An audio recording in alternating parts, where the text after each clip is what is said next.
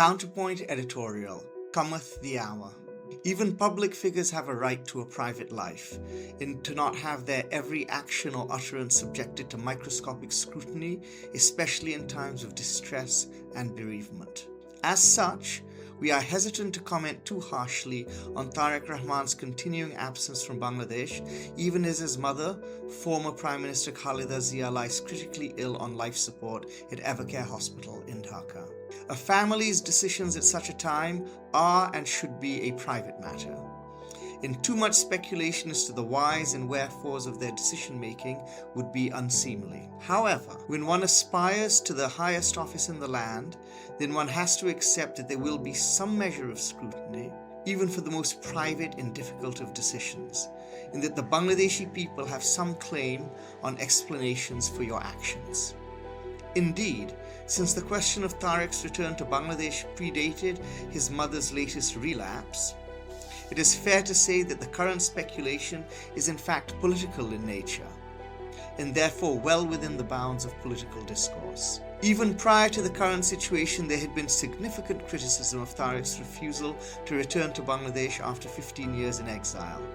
Most commentators felt that his presence on the ground could only help the fortunes of the BNP, and that the party was sorely missing the leadership and discipline that only his arrival could bring. But we could also accept the calculus that returning after the announcement of the election schedule would perhaps maximize the party's momentum moving into the election, and that there was some merit to not jumping the gun in seeking and risking a dissipation of the wave of emotion that his return would engender.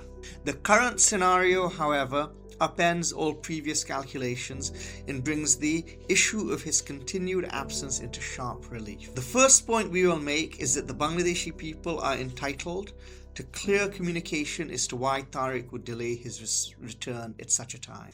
The vague and nebulous statements made by him and other party leaders are in no way a satisfactory explanation for his delay, and indeed have done nothing except muddy the waters and lead to even more feverish speculation that serves no one. Tariq, in his personal capacity, owes no one any kind of explanation for the most private of decisions he takes. But if he wishes to be Prime Minister and lead this country, then he owes the Bangladeshi people an open and honest accounting of why he is acting as he is. Unfortunately, these are simply the rules of the game of public office. More importantly, what one cannot do is to be transparently evasive and unclear in one's communication, all the while claiming that one has given a satisfactory accounting of oneself. There are any number of reasons why Tariq may choose to delay his return to Bangladesh that have been bruited, from PTSD to security concerns to issues with his asylum status in the UK,